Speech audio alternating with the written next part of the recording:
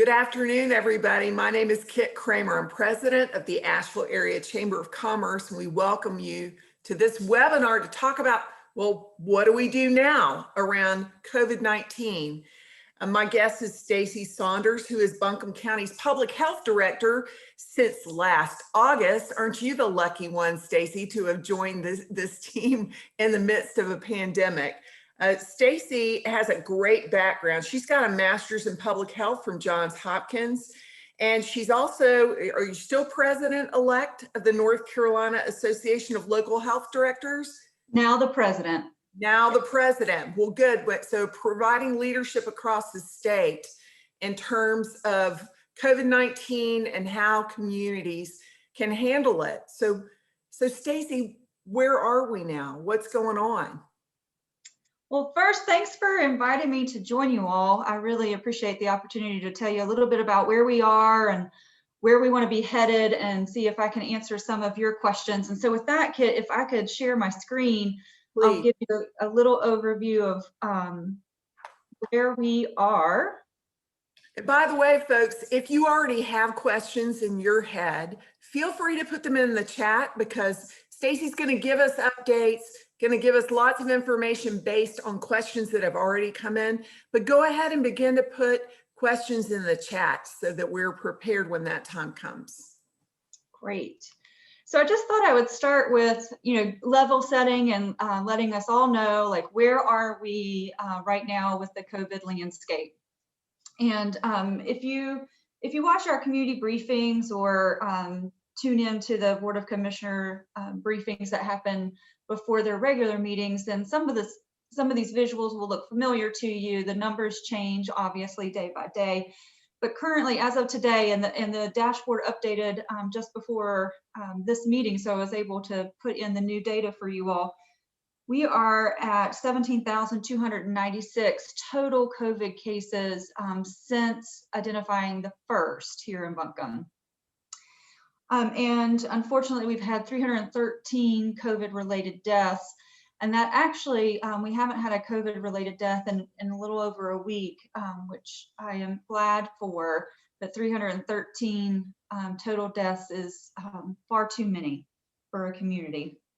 And what I have here for you are this is a visual that the State Department of Health and Human Services uses to show the cases per 100,000 per week, which for us is essentially our incidence rate. So how many new cases are coming in?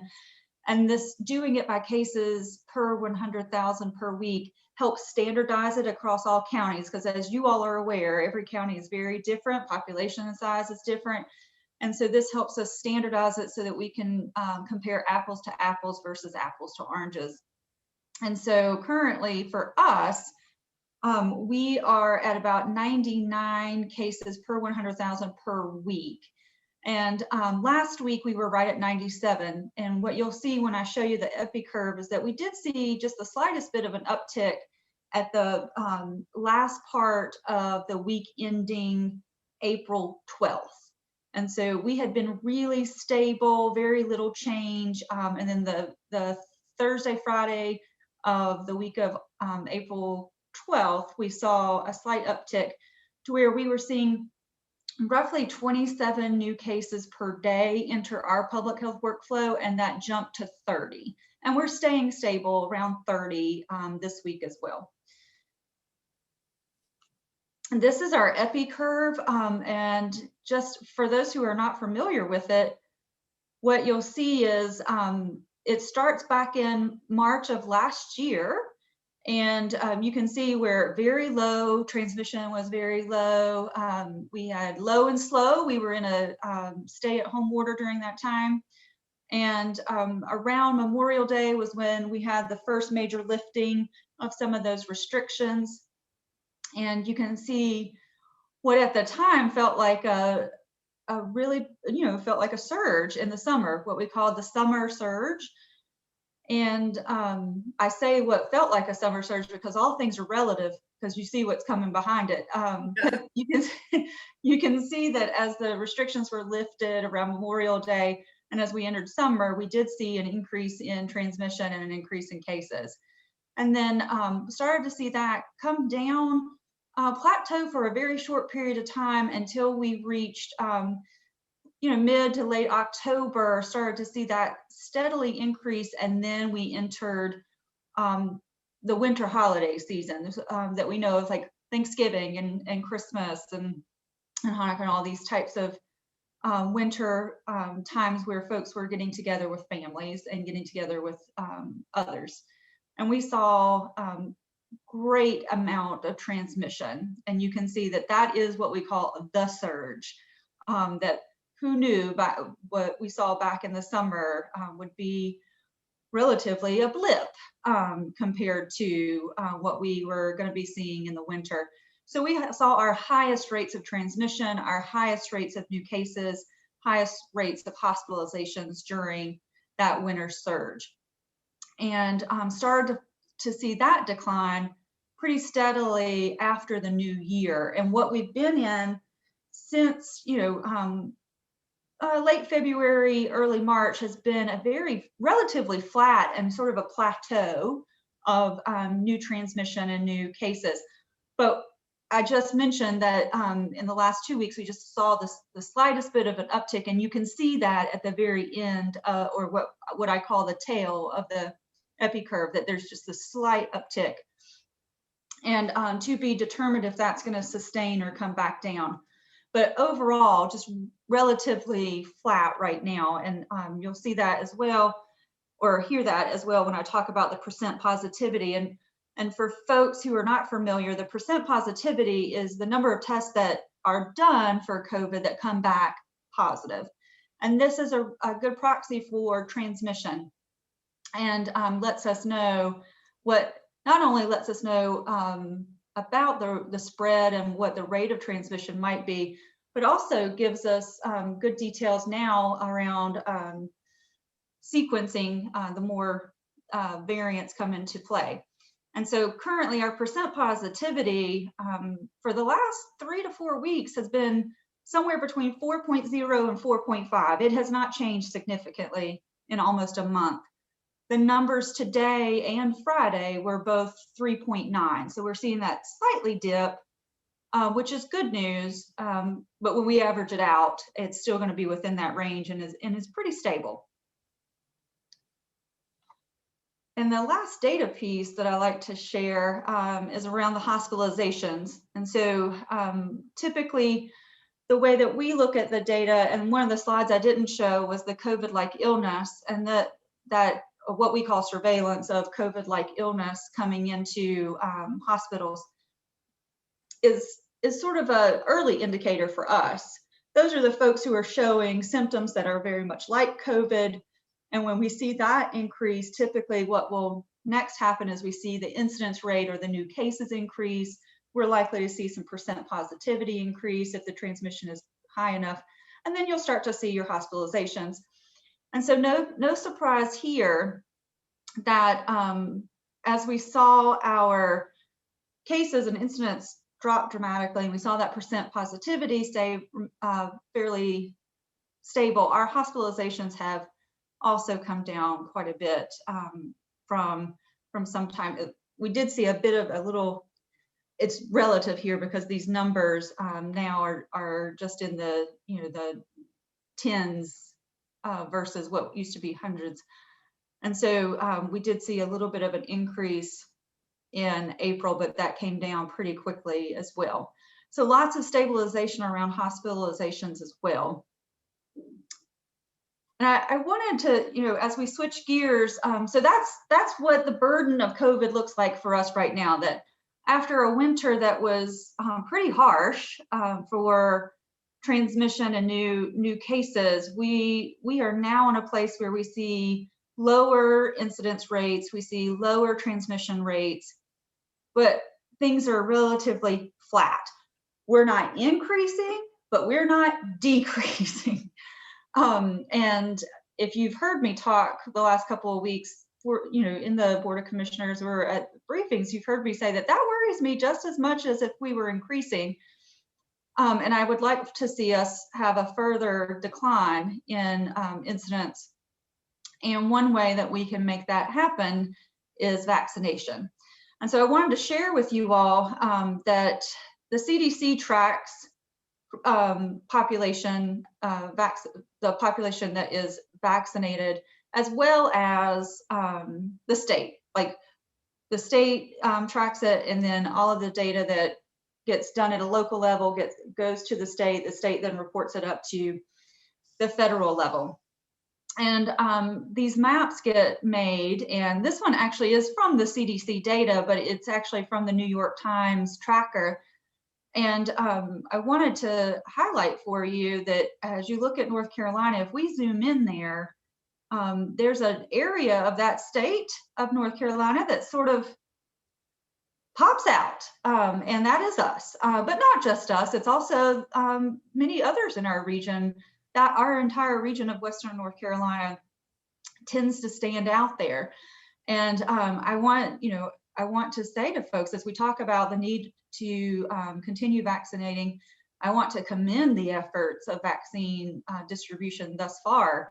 In the early days, when we first got, vaccine became available in the state around December 14th. And at that time, the only group that was getting an allocation, and a very small one, were hospitals. The following week, health departments started getting allocations, and that hospitals and health departments for many weeks were the only groups getting allocation of vaccine. And then slowly but surely, the state added more vaccine providers, and as the vaccine supply increased, more vaccine came into the state and therefore into the counties.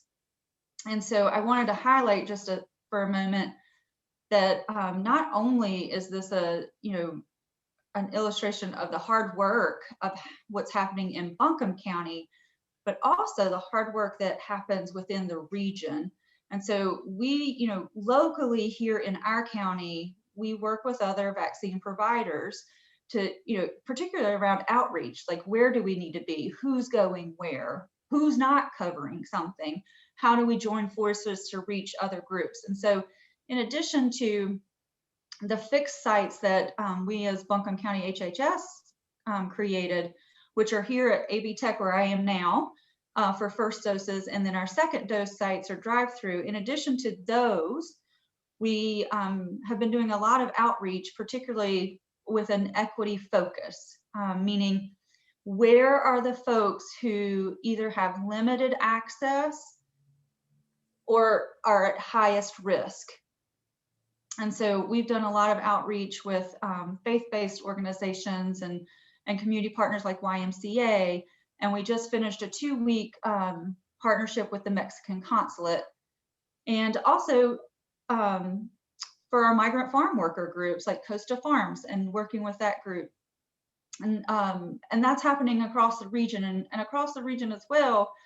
Hospitals, health departments, community health centers, and pharmacies got together to create the Western North Carolina Consortium, where we meet. It was weekly and now bi-weekly as time has gone on, meet to talk about vaccine efforts. And in the early days, a lot of it was, how do we maximize the amount of vaccine that we get? And so that meant, in addition to the baseline that a vaccine provider might get, can I request extra? If another county declines, can we grab that up so that we can really push lots of vaccine into our community? And I think you're seeing the dividends of that now, where as of today, while this one is showing fully vaccinated, as of today's data from the North Carolina Department of Health and Human Services dashboard, Buncombe County, for all vaccine providers, so meaning the state allocated and the federal allocated, we are at 43.9, so right, 44% of our total population is at least partially vaccinated. So I wanted to highlight some of that work. And that's what this map is showing. And so much like the map you just saw, this is the map that the North Carolina DHHS provides. And you can see this is for all provider type, like I said, state allocation and federal allocation. And there we are again, big and bold and blue. And that just is indicating this one was put on people vaccinated with at least one dose. And this is where you'll find that data around that 44% of our population has reached at least partial vaccination. Which is great news. It is great news, and which brings me to this piece, because I believe part of the part of the reason that you're having me talk is how does one get vaccinated? So for the folks who are not vaccinated, where do folks get vaccinated, and how do I get an appointment, or how do I find out more? And so I will say that one of the easiest places to first look is the North Carolina DHHS website, myspot.nc.gov. So we're listed on there. Other vaccine providers within Buncombe County or our region are. Even the federal pharmacy partners like Walgreens and CVS are on there. And DHHS did just add a new function to this site, which is not just look for places within my zip code, but also tell me what type of vaccine they typically will have. And so for us, if you were to look at us, it will say Pfizer is our predominant, which is true. It's not that we don't get the others, it's just that predominantly we're going to have Pfizer. So if you're looking for Pfizer, we're probably going to be at the top of your list.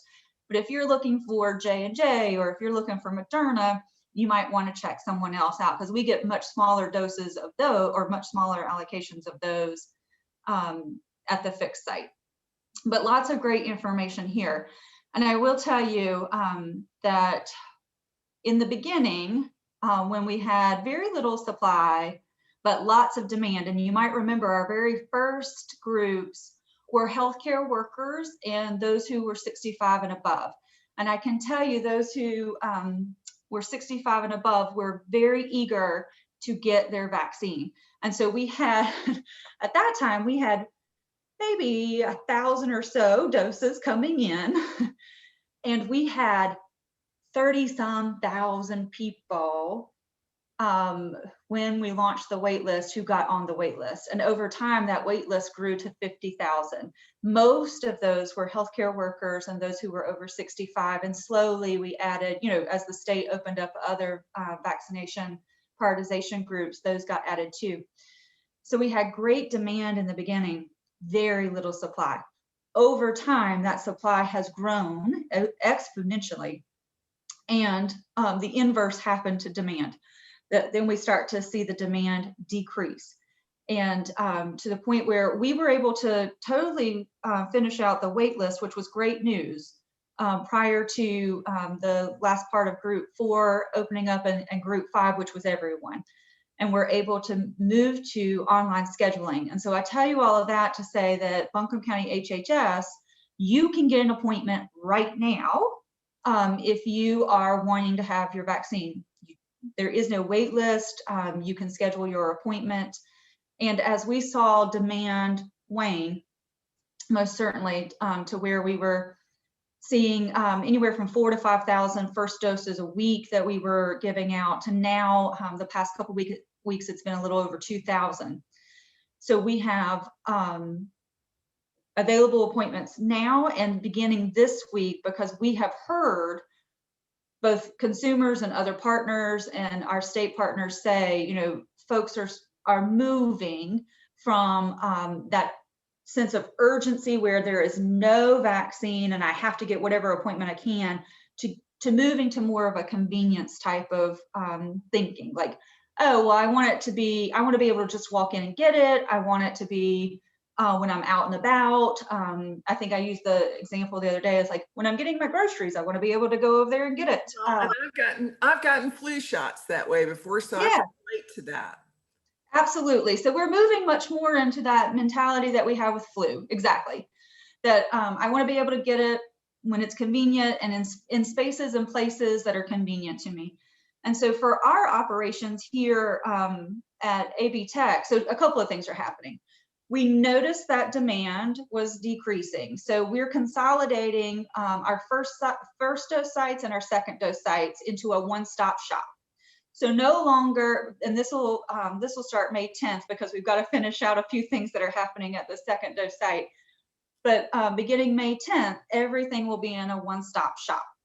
So that no longer are you coming to one place for your first dose and then having to go to a different place for your second dose. So you're already familiar with the space. And Stacey, then let me ask you a question, because so many people, we have a lot of small businesses in this community. And so getting information, and I know that all through the pandemic, businesses have been providing information to their employees about the 3 W's, about where we are with the state of opening, all types of things. So now, if a employer wants to reach out to employees and suggest, would you suggest them going just to myspot.nc.gov, or is there a specific Buncombe County site they should go to? yes, so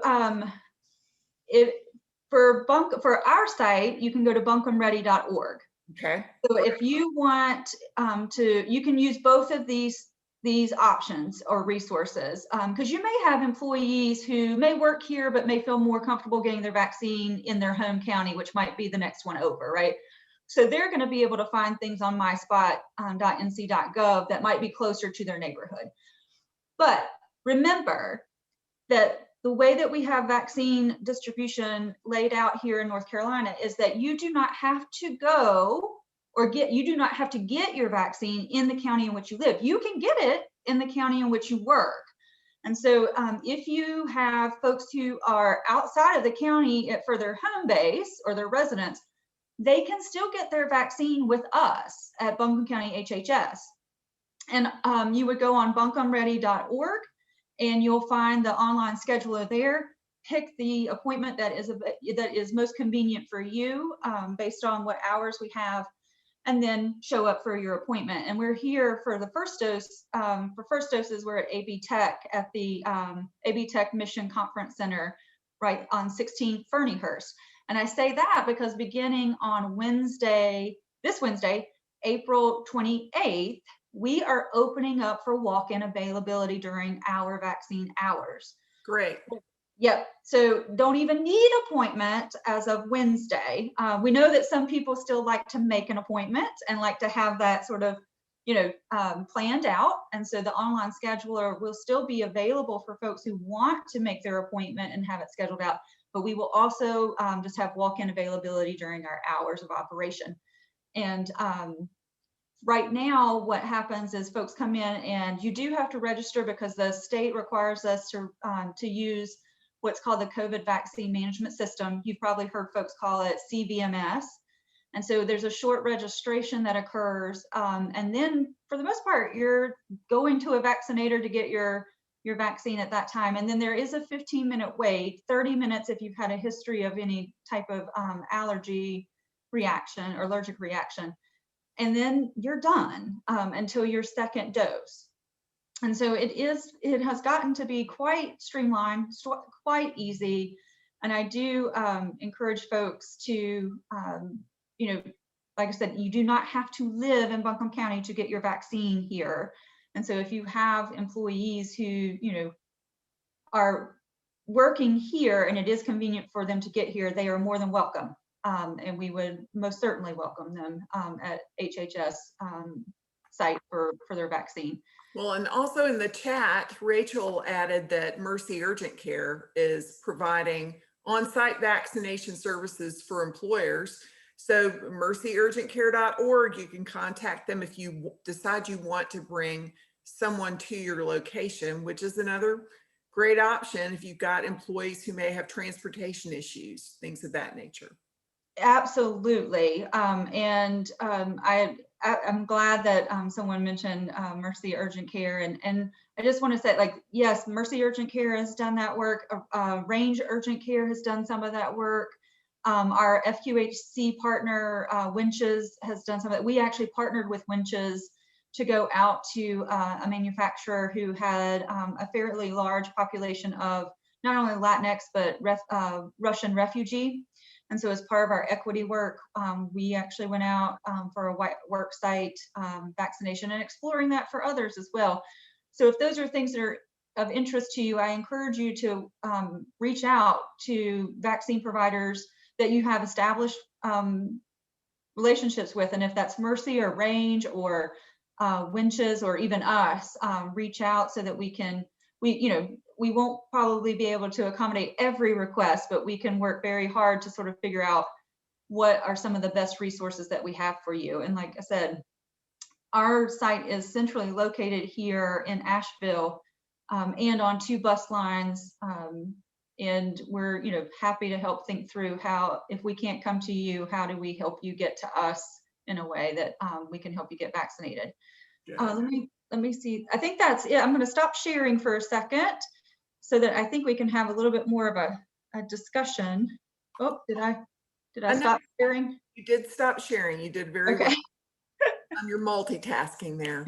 My staff was having a conversation this morning. We know the governor is going to be talking later this week about where we are as a state and where we are in terms of restrictions and things of that nature. So we were thinking ahead to how to inform our employees about how we return to work.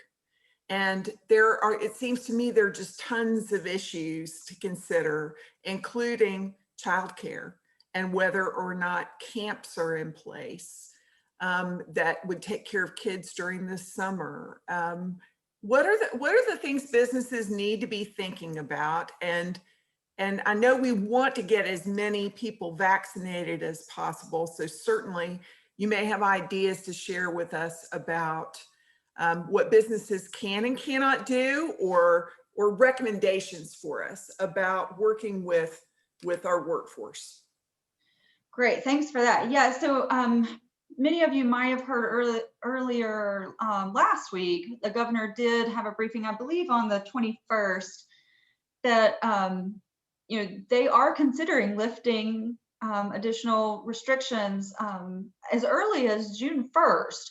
And part of that is around the success of the vaccine distribution so far, and really getting to that 2/3 of our population being at least partially vaccinated.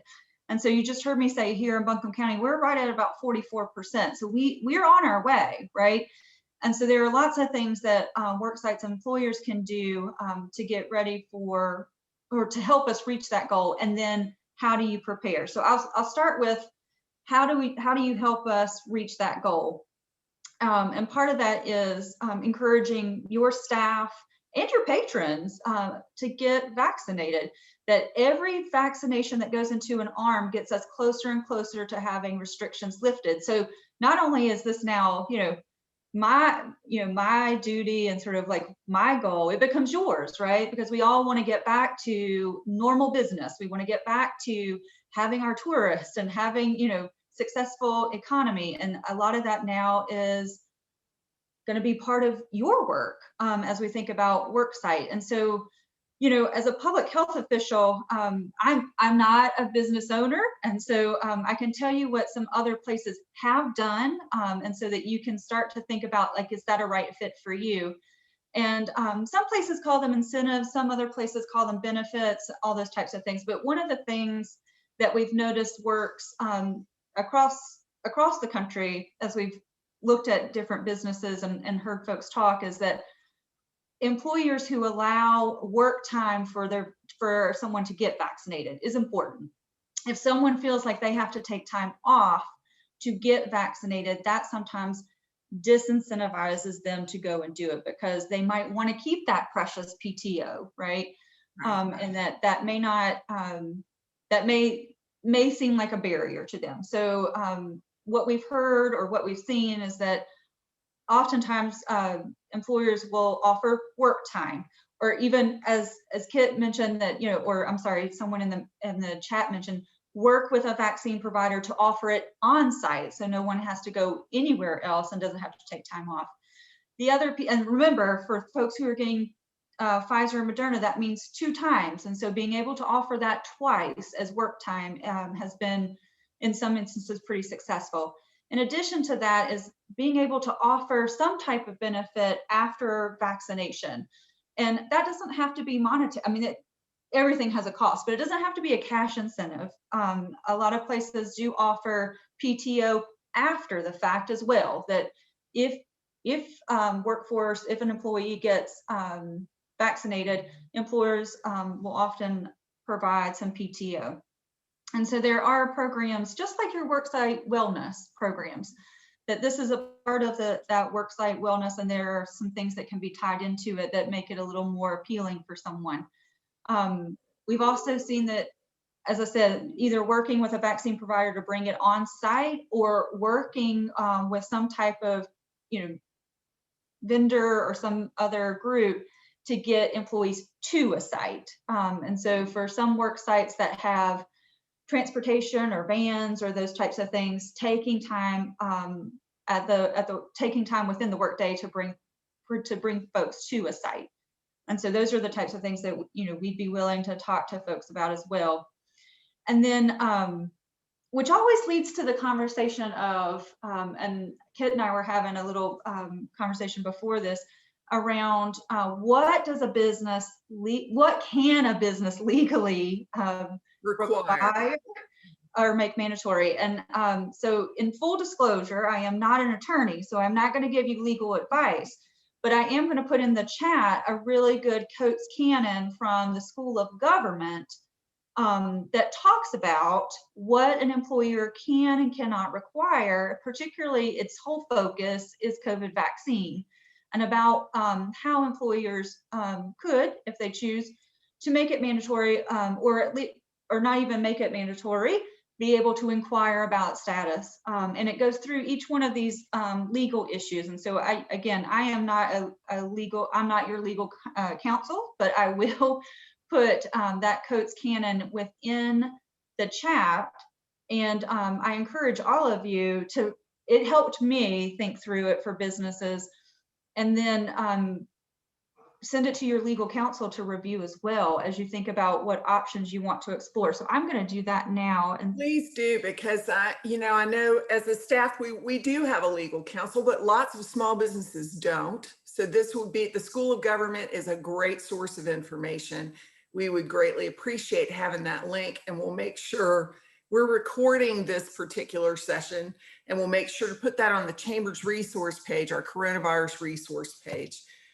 One of the things that we were in the first question we got in the chat was, everybody in the office is fully vaccinated.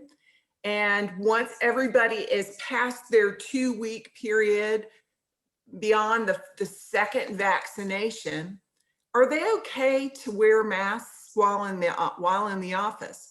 Because they know that when they have customers coming in where they might not understand what the status is of those individuals, that they need to wear masks. But what if you're in your own office and everybody has gotten vaccinated?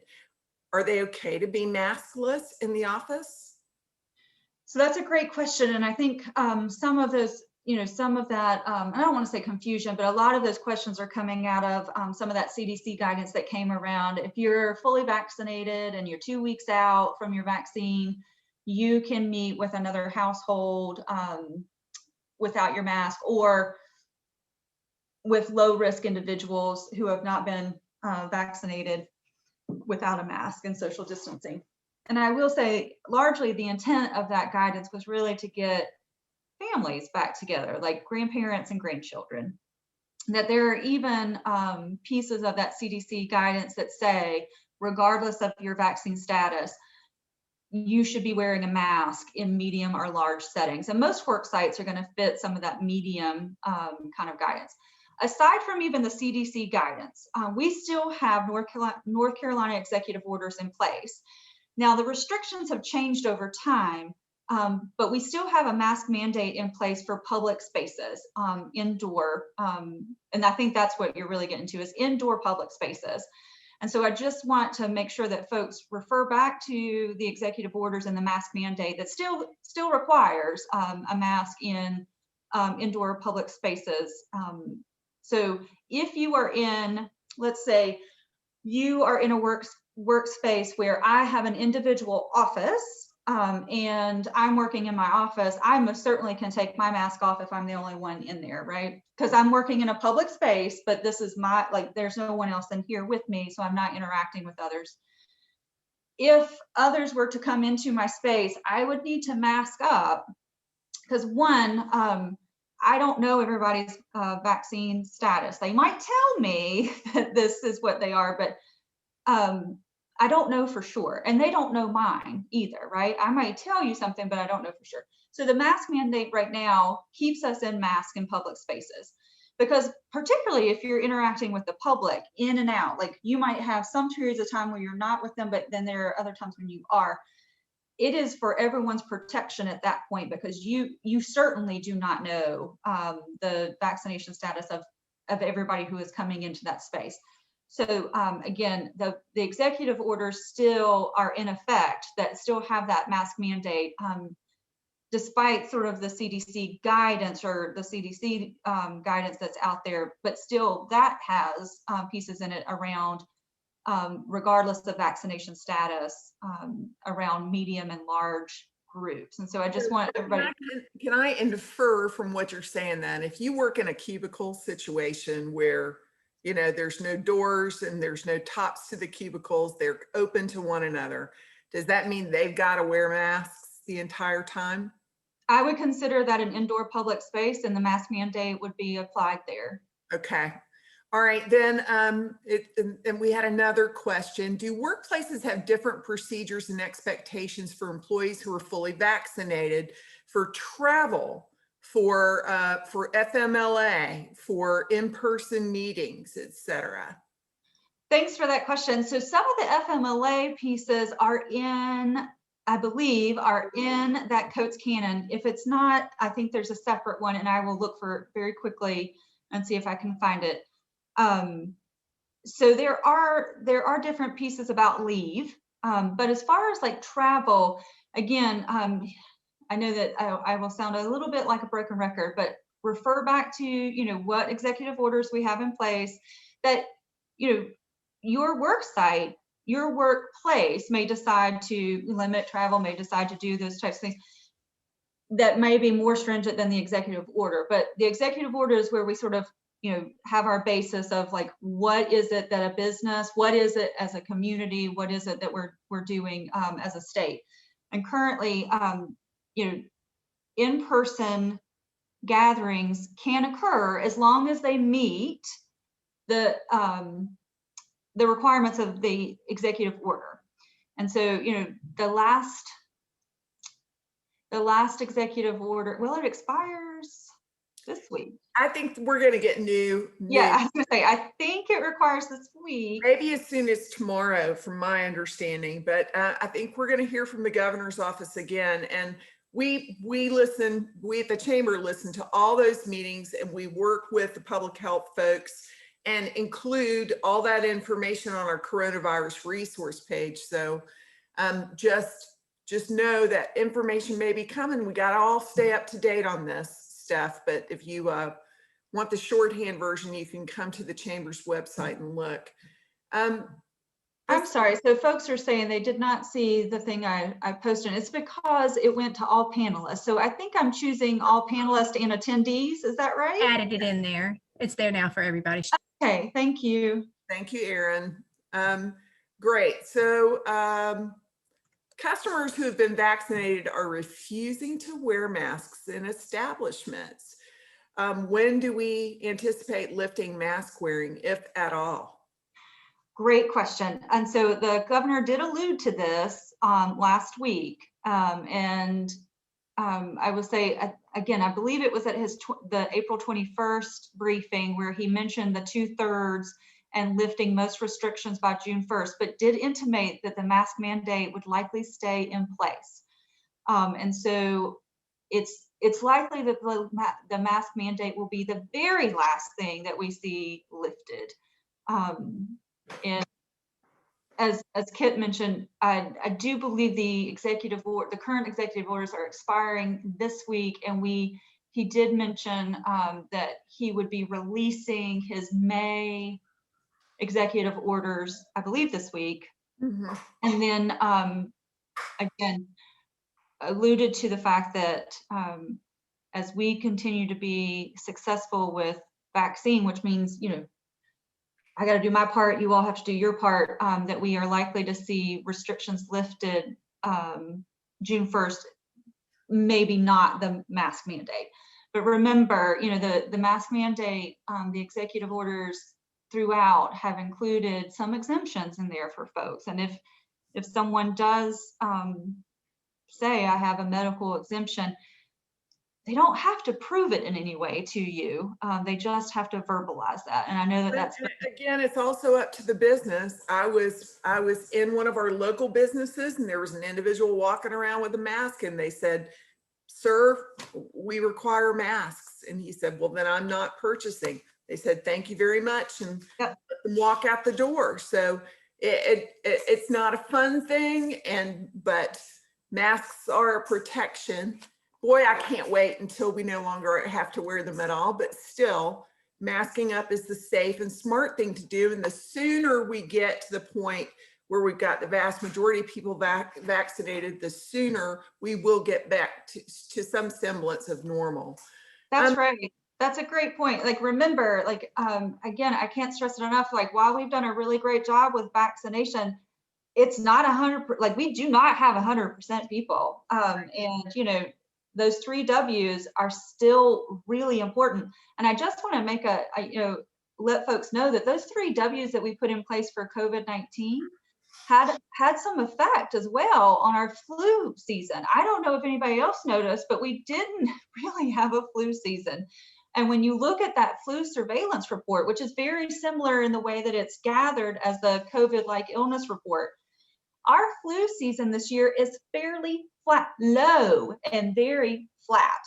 And our epidemiologists and folks are attributing some of that impact due to the fact that we committed to the mask, to staying 6 feet apart, and to washing our hands. I can't stress that enough. Yes, one day we're not going to have sort of the mask mandate, and we're not going to have the social distancing, but it did matter. And it shows us that just imagine if we didn't have those things in place, what our burden of COVID-19 would have looked like. Right, And I mean, no kidding. Well, I don't know about y'all, but I never want to have a cold or the flu again if I can avoid it, because it's unfun.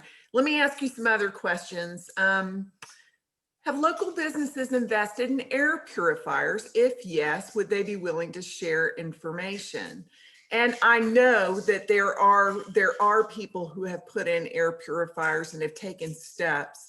And I'm not sure we've got, I don't know if Aaron has any information we can share from a previous meeting, but Stacy, do you know anything about that, and anybody using air purifiers? But this is from Amy Berry, and she works with the Buncombe Partnership for Children, and they are a child care organization. So I totally understand that desire to have air purifiers. I'm sorry, I don't have a lot of information on that, but I don't think Fletch is on the call with us, but many of you probably are familiar with Fletch Tove. I'll take that back and ask Fletch if he's aware of any occupational or institutional. And as we get follow-up information, we will post it to the Chamber's website. Amy also asked whether staff need to continue to clean shared surfaces and work areas between uses. Yeah, and so the CDC just changed some of those recommendations around how often you need to do that. I will just tell you that the CDC changed those recommendations, and I don't have them memorized at this time. So I would encourage you to go to the CDC website and look at what their recommendations currently are, which was, you don't have to do all of this all the time. But I will say best practice, just for good infection control, period, is to, like I said, I just mentioned flu. Depending on what types of environments you're working in, Kit just mentioned like chalk, like you're still going to want some of these surfaces to be cleaned off, and those are just best practices. The frequency in which you're doing it probably can change, but for a lot of folks, still having that best practice for just infection prevention, period, no matter what the pathogen is, whether it's COVID or flu or norovirus and those types of things. So I would just, yes, your folks need to keep cleaning. Tell them to keep cleaning. Is a private business that doesn't have customers coming in the building considered public space? Good question. I guess I would need to know a little bit more about what it is to sort of vet that through, and meaning that this is a closed off environment where no one from the public ever comes in? Yes, this is from Bill. I know that at the chamber, even though the vast majority of the time in our offices, it's our staff, there will be people who will come in, and it's a front-facing business. Therefore, it's open for the public to come in, which would mean, yes, it would then be considered a public space. Bill, I hope that helps you, but if you wouldn't allow anyone into your space, maybe then it's a private business and not considered a public space. But if you would ever allow anyone from the public in, I do think it's considered public space. And if there is an attorney out there who wants to argue with me, you can feel free to put it in the chat, and I'm happy to have you do that. We got another question. How does vaccination status change possible need for staff to quarantine if exposed? So for example, if the vast majority of the staff is already vaccinated and a person gets sick, what happens in terms of quarantine?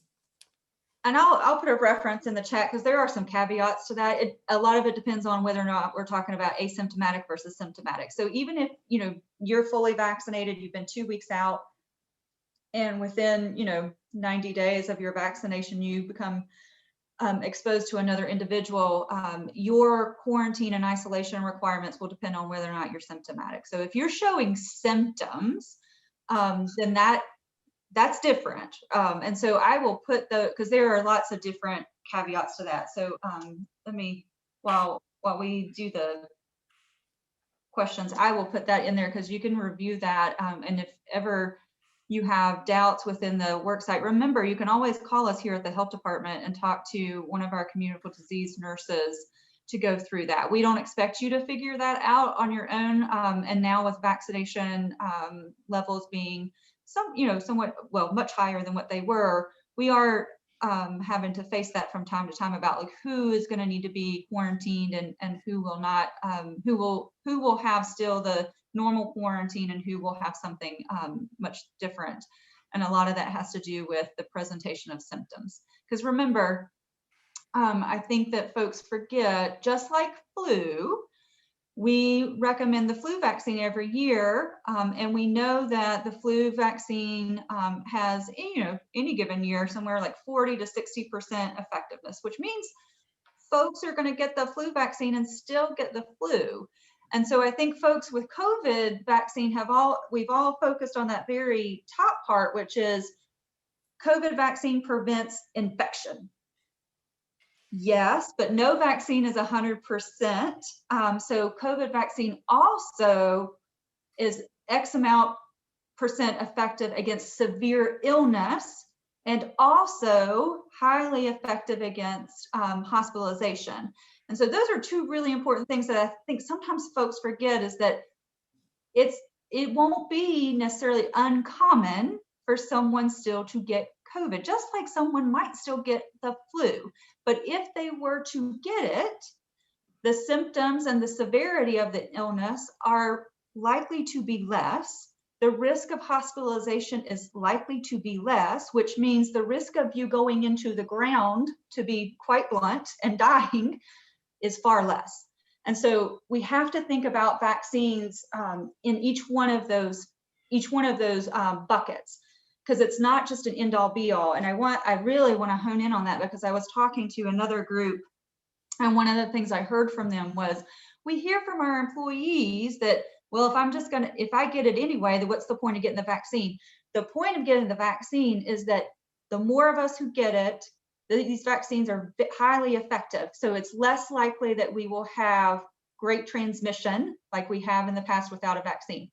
But even if you were to get the vaccine and still get COVID, your severity will be far less, which again means that your likelihood of being hospitalized is less, and then the risk of dying is less. And that is just as important. So I just want to make sure that folks hear me on that one too. Plus, So you're protecting everybody who can't, for one that's reason right. or another, take the vaccine. And I mean, it could be anything from a baby to a person who's immune compromised for whatever reason. All right, next question. This is going to be an interesting one for you to answer. I've got my own answers to it. Bill wants to know, what's the threshold of a business to be considered medium as opposed to small? Oh, and I don't think I'm the CDC recommendations just have the words medium and large. Yeah. I don't know that they quantify it. I will tell you though, if you get more than sort of a handful of people in there, you're just imagine how many of those. So say me and Kit and I are hanging out in our office together. We're vaccinated. All right, right. So I get where this question's going. But as soon as you get maybe 4 or 5 of us in there, I don't know who Kit has been around. Kit doesn't know who I've been around. I have no idea the vaccination status of my coworkers B, C, and D over here. And that maybe all 3 of them were at a mass gathering at some point with folks who were, decided not to wear a mask. And so it's that whole sort of sphere that I know who I've been around, but I don't know Kit's sphere. I have no idea about my other employees' spheres. And so that medium and large group, that medium gets, I would say it's probably a really smaller than what you think. Well, I'll tell you, and the federal government is not very helpful on this, because a large business that begins at 500 employees. And of course, that is, those are few and far between in Buncombe County. The vast majority of us are considered small businesses. But I think if you had over 20 people, you'd definitely be a medium-sized business, even though from a federal standard, you would still be small. So you're going to have to use your best judgment on that. Let's see, another question. So Annette says she has employees and customers who are refusing to wear masks. And as an employer, what can we do or say? And in Hendersonville, I was going to ask about this. In Hendersonville, they lifted the mask mandate in county offices. And as a result, the public thinks it applies to businesses and employees. So Yeah, and what can a business do? and so I just read about the Henderson County decision just today. So I don't have too much to offer on that one, except that I bet it is causing some confusion, because my understanding was it was for those government buildings, but I can only imagine how that might be misconstrued. So as far as what can a business do if someone is not following the mask mandate or your requirements for masks, I think we covered a little bit earlier. You do have some latitudes, and I would say seek your legal counsel to make sure that you understand what your latitudes are as a business to do that. But we still also have the mask mandates in place, and so. I did mention that the mask mandate allows for some exemptions, but as a private businesses, you still have some liberties of your own. And again, I am not an employment or business attorney, so I don't want to get into that realm, but I would seek out your counsel and think about what things you can put in place, and if you can refuse service. Well, we do have a legal counsel at the chamber. And this morning, when we were discussing this, he said that we could require employees to be vaccinated. We could require that they wear masks. And we prefer to take an approach of trying to work with people to so that if we can accommodate them with through Zoom and having them work from home on issues, we do that.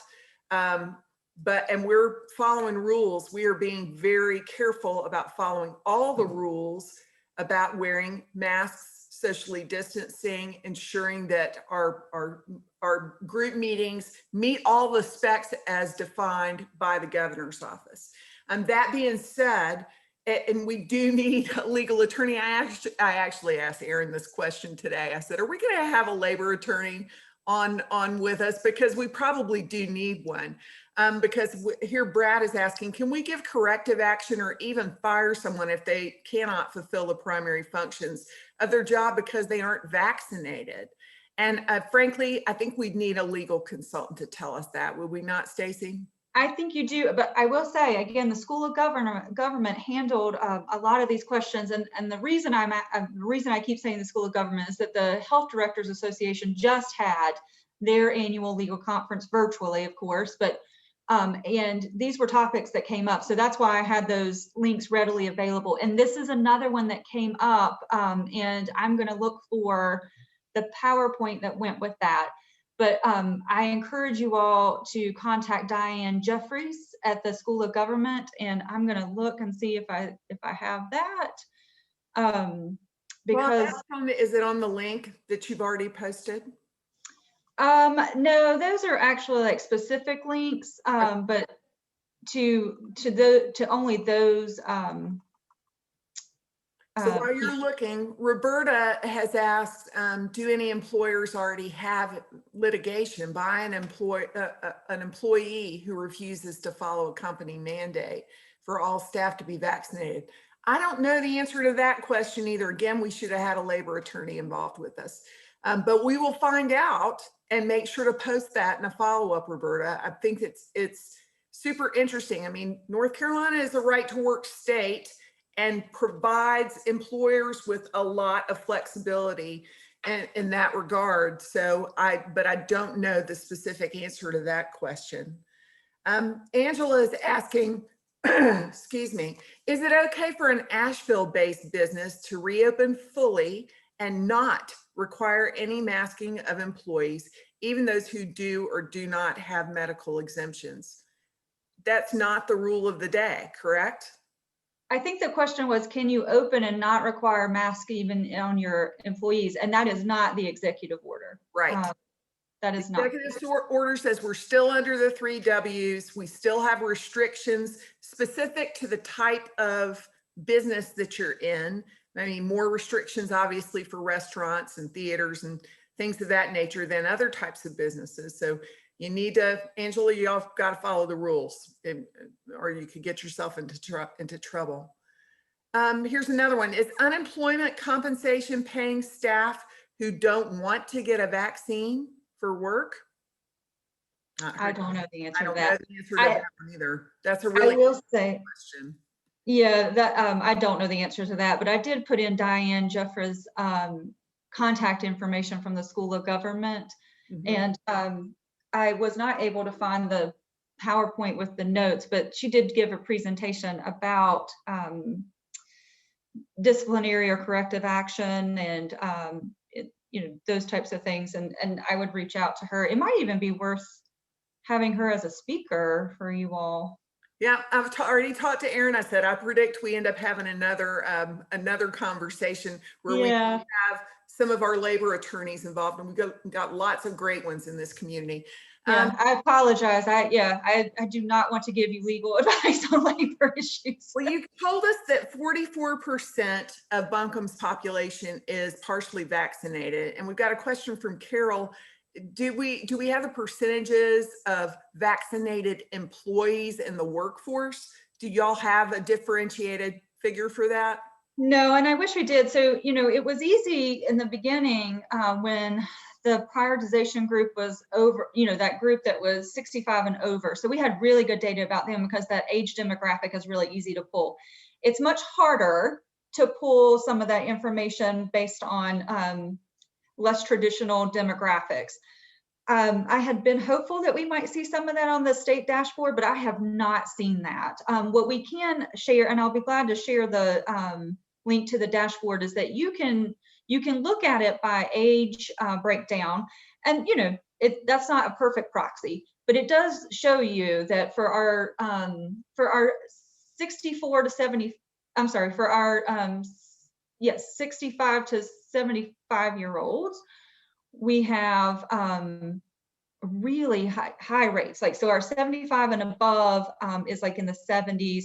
Our 65 to 74 is very close to that, around 70. And then we see some decline. We don't see as robust numbers in those who are 50 to 64, although they're catching up. And then what we're seeing more often than not with our new cases is that new cases in the last couple of weeks are predominantly younger and unvaccinated groups. So when I looked at our new cases from last week, the average age was 33. So pretty young, not vaccinated. And so we, statewide, we have seen our 65 years old and above population, their new cases plummet. We don't hardly see any new cases because vaccine uptake was so large in that group that we saw their new cases decline significantly. And with that also saw a decline in clusters and outbreaks to long-term care facilities. So we know vaccine works. That's the impact of the vaccine, is that we are just not seeing nearly the same number of folks who were over 65 become infected because they have protected themselves with the vaccine. We're starting to see that same, not quite as dramatic, but that same level of decline in our 50 to 64-year-olds who are now, who are catching up, not quite at that 70%, but catching up. And so what's left are our younger populations who typically are the bulk of our workforce who are not vaccinated. And so, not only is it good for our economy and our business to get folks vaccinated, but for your own productivity within your workforces, that folks who are unvaccinated put you all at risk. And if you're a small business, for sure, one person being infectious could create a cluster and outbreak that could have huge consequences. Yeah, nobody wants that. Listen, we are past an hour. And as I predicted earlier today, we are going to need another session where Stacy will include you, but we will also include some labor attorneys. There has been information that was put in the chat about filtering systems, and people who are providing that kind of assistance to businesses. We'll get more information on that as well. And should you have other questions, we'll make sure we review these in the chat and see what kinds of answers we can find for you. But in the meantime, I'm assuming these takeaways that we still need to follow the 3 W's. We still need to be careful about enforcing masks with the public. We need to make sure that we are encouraging all of our employees and everyone in our sphere of influence to get the vaccination, regardless of what kind, and perhaps to provide the incentive, if nothing else, of time off to employees to make sure that they do that, or if they have a reaction, to not penalize them for having gotten the vaccine. Would that, Stacy, have I summarized it pretty well? I think so. Absolutely. You're going to be a part of my public health show now, Kit. That's exactly right. So thank you all for the time. Like, you hit every one of them. If you have questions or lingering questions or thoughts about particularly vaccine, please let us know. Like I said, we've done a really incredible job so far, and we have to keep it up. Like, I really want us to be one of those counties that gets to 66% all on our own, and that requires not only, that's right, that requires not just public health and our vaccine providers, but you guys as well. So please help us get to that 66%. The sooner we get there, the closer to the new normal will be. So please help all you can. Folks, this recording will be on the Chamber's website if you want to come back and look at the links in the chats. And we will follow up with you with more information. We really appreciate your participation today. Stacy, thank you so much. Keep fighting the good fight. We appreciate you. And everybody have a great day. Stay safe. Thanks.